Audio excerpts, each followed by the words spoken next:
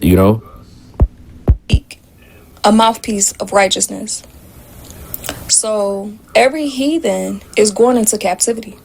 Every heathen, every nation of people that are non-Israelites are going into captivity. They will serve the Israelites. They gonna be segregated away from the Israelites.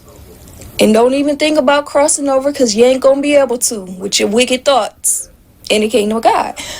They gonna be out there working on the railroad. Everything that we had to do, they gonna have to do double. Everything that they did to us, they're gonna have to receive double. So a lot of you hard-headed children that don't want to listen to the Most High because y'all feel like y'all can't be made to listen, it's coming a day where all interracial relationships is coming to an end. The Most High, he's going to see fit that it comes to the end. And I know a lot of y'all think that Wrong. You know, in the kingdom of heaven, we're going to be able to deal with the other nations' women as much as we please, along with our own nation of women. You know what I'm saying? And that's going to be our right as an Israelite man, to be able to deal with the women that we please. You know? Because you got some brothers out there, they got a different mindset. You know what I'm saying? They are only strictly talking about, they only want to deal with Israelite women. You know what I'm saying? As a man, that's your right. But then you have brothers that's like me. You know what I'm saying? We want to deal with our women and the other nations' women as well. You know what I'm saying? And that is your right as a man also. You know? So you're going to be able to pick and choose what you want to deal with. And you ain't going to have one brother looking down on another brother like today, talking about, man, you better let go of that white woman. You know what I'm saying? You going to burn in hell for dealing with that white woman. You know what I'm saying? You ain't going to have brothers in the kingdom like that. You know, everybody's going to be on the same page, and they're going to know, okay, well, if that's what you like, go ahead and deal with the Moabite women. Go ahead and deal with the Ammonite woman. You know what I'm saying? Go ahead and deal with the damn, you know, the Ishmaelite woman. You know, that's going to be your right as a man. Then you have brothers, they strictly want to deal with Israelite women. You know, and that's cool too. You see what I'm saying? But she's wrong as hell. You know, because like I said, a lot of our women of our nation, they envious of these other nations' women. You know, because they know that they are not doing right. They are not being what a woman is supposed to be. But these other nations' women, they are doing exactly what a woman is supposed to be when it comes to catering to their man, being submissive and things like that, you know, being feminine. This is why they envy them. You know, and a lot of Israelite men are now starting to deal with these other nations' women, and they basically just leaving Eve out there to dry. You know what I'm saying? But this is a prime example of why. Because you don't know your fucking place. You see? heathen is going to receive salvation. No, the heathen's not going to receive salvation. The heathen going to be in the kingdom to build up our kingdom, to work for us, and to be our captives, handmaids, and maid servants. That's what they're going to be there for, to serve us. And besides, for all y'all that think that the heathen is getting into the kingdom, I just want to know what gate they coming through. This is Revelation. And yes, the heathens will be in the kingdom, because how the hell else they going to build it up? You know what I'm saying? Yes, heathens will be in the kingdom. The only thing is, what position are you going to hold in the kingdom? Are you going to be a servant? Are you going to be a slave? You know what I'm saying? Or are you going to be a ruler? You know, or are you just going to be a regular citizen of the kingdom of heaven? You know what I'm saying?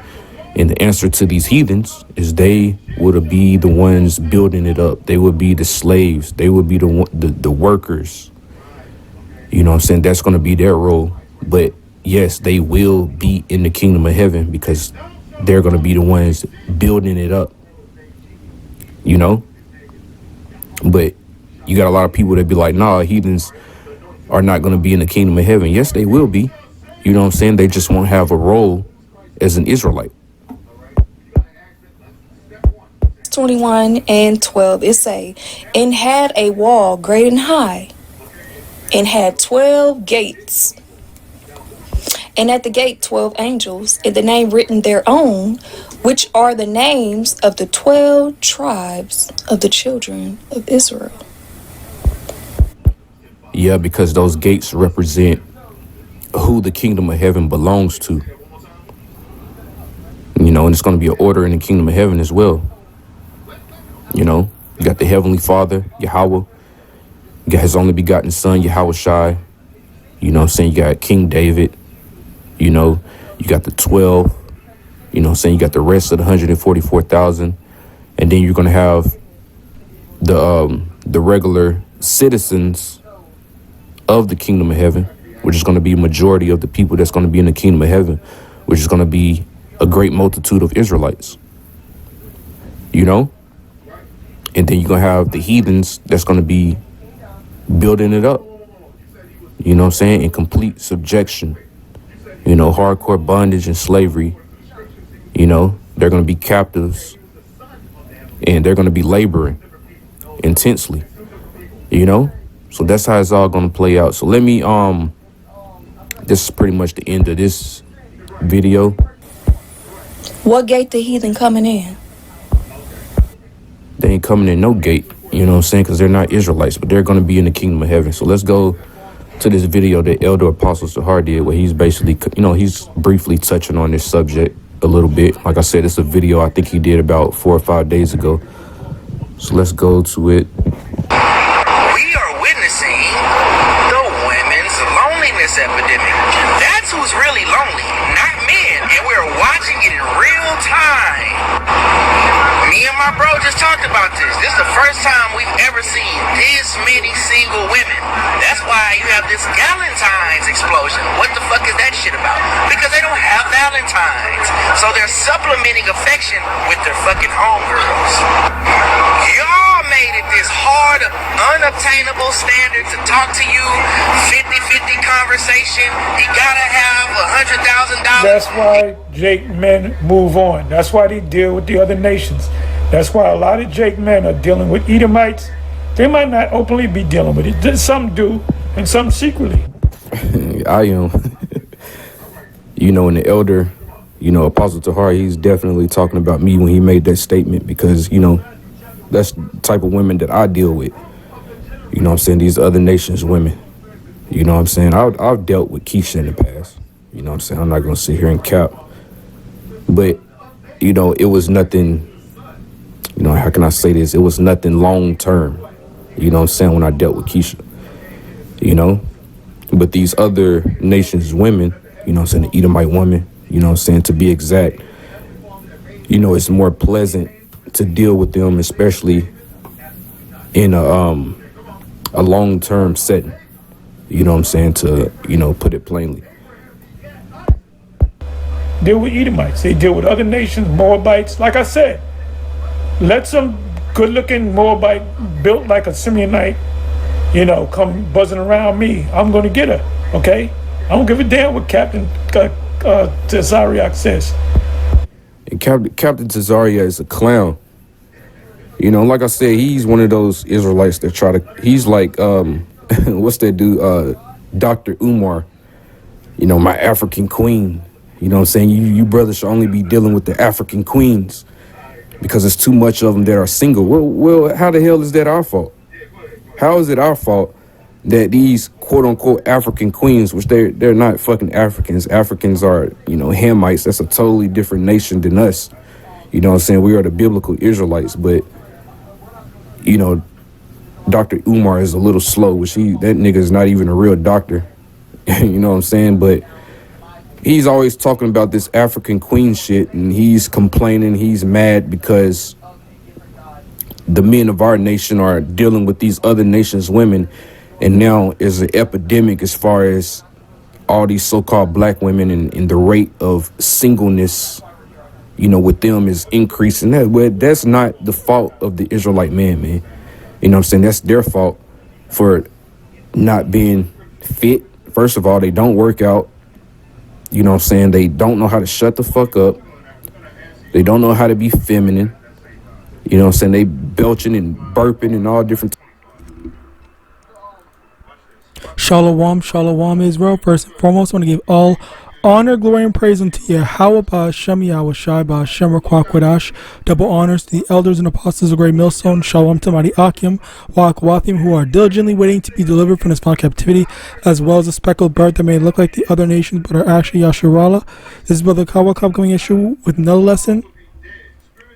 Today's lesson is going to be on this whole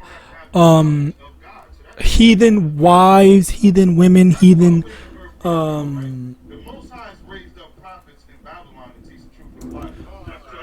heathen wives and stuff like that. And I'm not gonna lie, this type of conversation, I believe, like, I'm trying to find the right words, and basically give me one moment, Baba Kasha.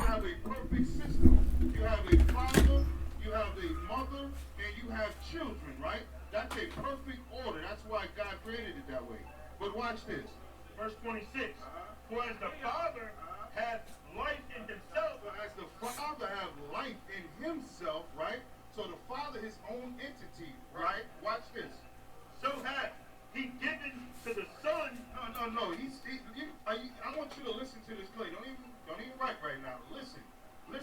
This is good work. Watch this. So hath he given to the Son. He gave power unto the Son to have what? To have life in himself. All right, Slakia. So as I was saying, this whole heathen wives thing, it's like this has always been such a not necessarily confusing topic, but more so a like, who do you think you are? You black men, you need to stay with you need to get you a nice black woman and stuff like that. And stuff like that. Like, that's what it has always been. And the reality of it, which people don't really seem to understand, is that there's definitely some, what's it called?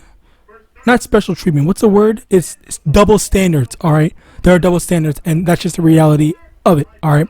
The fact of the matter is that the women, a so-called black, not so-called black woman, Slakia, a Israelite woman more specifically, or more generally, which encompasses so-called blacks, Hispanics, and Native Americans, they are not allowed, or they should not. It's not that they're not allowed. Obviously, they can. If you do, then you're basically going off.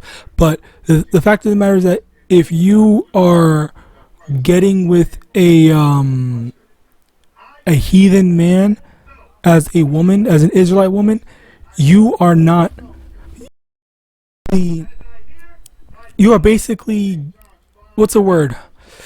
I'm trying to think of the word, and I'm trying to think of the precepts, because I remember seeing what the precept was. Because I'm not gonna lie, I'm just gonna tell you what I remember, because it's been years since I last saw it. But basically, the precept was that the Israelite woman, she's not even allowed to get with a man that's another tribe. That's a tribe that is not her own. All right. And the reason for that is because the inheritance. All right. Let's say if a so-called black man only has a daughter, that daughter needs to keep her inheritance within the tribe of the so-called black men. Now, if you extend it, all right, a so-called black woman is allowed to get with the so-called Native American or so-called Hispanic man, because they are still Israelites, and you're keeping the inheritance within the Israelites. All right. Now, the only way that she's able to do that is if she has a brother. So, because then the brother's going to get the inheritance and stuff like that. Now, again, normally I would prove this, but sadly, I do not remember the thing, because it's been a really long time since I did research on that. But outside of that, when I was learning about, is it okay for so-called black, not so-called black, but Israelite men, Israelite women, or whatever, to be with heathens? And the answer is yes. The correct answer is yes. And a part of this, let's actually get this. It is in where is it? Over here, Numbers chapter 12 verse 1. And Miriam and Aaron spake against Moses because of the Ethiopian woman whom he had married, for he had married an Ethiopian woman. And you know what is so funny? All right, YAHAWASHI, he got angry for them speaking out on it. So Moses was with a non-Israelite woman. He married a non-Israelite woman, and when there were Israelites that were speaking out against the woman that Moses had married, YAHAWASHI got mad and judged them, well, primarily Miriam for it. All right, so let me get this. Let's start at verse 2. And they said, hath the Lord indeed spoken only by Moses? Hath he not spoken also by us? And the Lord heard it. Now the man Moses was very meek above all the men which were upon the face of the earth. And the Lord spake suddenly unto Moses and unto Aaron and unto Miriam, come out ye three unto the tabernacles of the congregation. And they three came out, and the Lord came down in the pillar of a cloud and stood in the door of the tabernacle and called Aaron and Miriam, and they both came forth. And he said, hear now my words. If there be a prophet among you, I, the Lord, will make myself known unto him in a vision, and will speak unto him in a dream. My servant Moses is not so, who is faithful in all mine house. So over here, it's saying that if he's talking about to a prophet or whatever, then he's going to tell them in a dream. He's going to tell them in a vision and whatnot. But with Moses is special to him. All right. So verse 8, with him will I speak mouth to mouth, even apparently, and not in dark speeches, and the similitude of the Lord shall he behold. Wherefore then were ye not afraid to speak against my servant Moses? And the anger of the Lord was kindled against them, and he departed. So YAHAWASHI was mad that they were saying, who is this guy that we're following after, when we're better because we're not marrying a heathen and stuff like that. So as a result of that, they got they got punished, and YAHAWASHI got mad that, like, why are you insulting and disrespecting Moses? All right, Moses is that's my servant, that's my beloved and whatnot. And then they went and disrespected him because he didn't marry an Israelite woman. All right, so yeah, that it's like, why they went off, and if YAHAWASHI ain't had any grievance, he didn't say, Moses, why are you with this Ethiopian woman? Why don't you have an Israelite woman? All right, why didn't he rebuke Moses? All right, so that goes to show that the Lord does not have no issues with an Israelite man getting with a non-Israelite woman. All right, because the thing is, let's actually get that over here. Numbers chapter 1 verse 18, and they assembled all the congregation together on the first day of the second month, and they declared their pedigrees after their families by the house of their fathers, according to the number of the names from 20 years old and upwards by their polls. So over here, YAHAWASHI established that you are what your father is. If your father is an Israelite, then that's what you are. You're an Israelite. If your father is an Edomite, whatever heathen nation, then you are a heathen. And that's the thing with this whole one drop rule that they have, I think, I don't know, in America or some shit like that, or in general, not even America, but in general, if any of your if any of your relatives your blood relatives is a so-called black person, then you're black. Like, if your great grandmother is a so-called black woman, then okay, you're what's it called? You're so-called black. And people oftentimes willingly accept that and willingly call themselves, oh yeah, I'm black because my great grandfather or my mother is black. Like Tracy Ellis Ross, I'm not gonna get a picture of her. She looks dark skinned, but her father is a so-called white man. All right, so she's not an Israelite. All right, but people call her an Israelite. People say, "Oh, we love Tiffany Haddish and Trish Ellis Ross." And Tiffany Haddish is another example of a non-Israelite. She's a heathen. All right, Slocky. Anyway, with that being said, again, with this whole there will be no mixing, quote unquote, with the heathen in heaven. Again, how is she saying all this, not knowing what the scriptures say? Okay, how do you come to this conclusion? All right, now let's get this.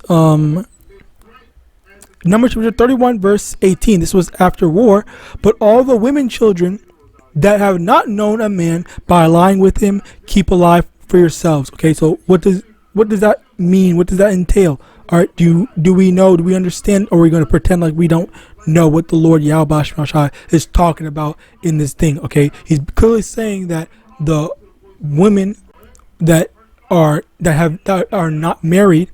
All right, the women that are not married or did not marry yet, that you can keep them for yourselves. All right, but let's go up a verse over here in 17, Numbers 31 verse 17. Now therefore kill every male among the little ones, and kill every woman that hath known man by lying with him. So basically you see, there's this woman that was married, that is married or was married, whatever, but her husband died. Or will get rid of him, but kill the male, kill the men, the men of the war, the men of war, and then the young boys as well, because they don't have. I'm just gonna stop right there. Okay, you basically can understand what these two verses are trying to imply. All right, so if this is what the Lord said, what does it mean? Like, what does it mean? All right, are you able to come to the proper conclusion of what it is trying to imply? All right, and, that's just the reality of it. All right, there's nothing. That's just how stuff goes with YAHAWASHI. You know, what's it called? The war stuff or whatever. That's how stuff goes. Anyway, continuing on, Deuteronomy 21 verse 12. Then thou shalt bring her home to thine house, and she shall shave her head and pare her nails. Let me actually get more context. Deuteronomy 21 verse 10. When thou goest forth to war against thine enemy, and the Lord thy power hath delivered them into thine hands, and thou hast taken them captive, and seest among the captives a beautiful woman, and hast a desire unto her, that thou wouldest have her to be to thy wife, Lakia, then thou shalt bring her home to thine house, and she shall shave her head and pare her nails, and she shall put the raiment of her captivity from off her, and she shall remain in thine house, and bewail her father and her mother a full month.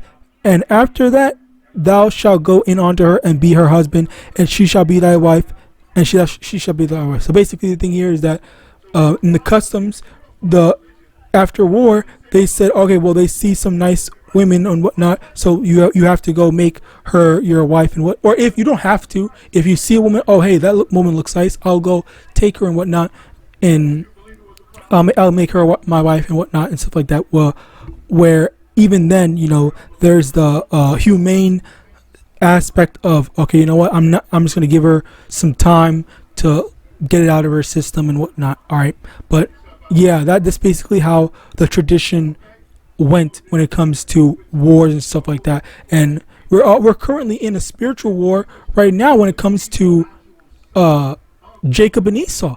All right, and you know, when the time comes, when Yahawadah returns and delivers the Israelites out of captivity, all right, what's going to happen is that he's going to we're going to have ownership over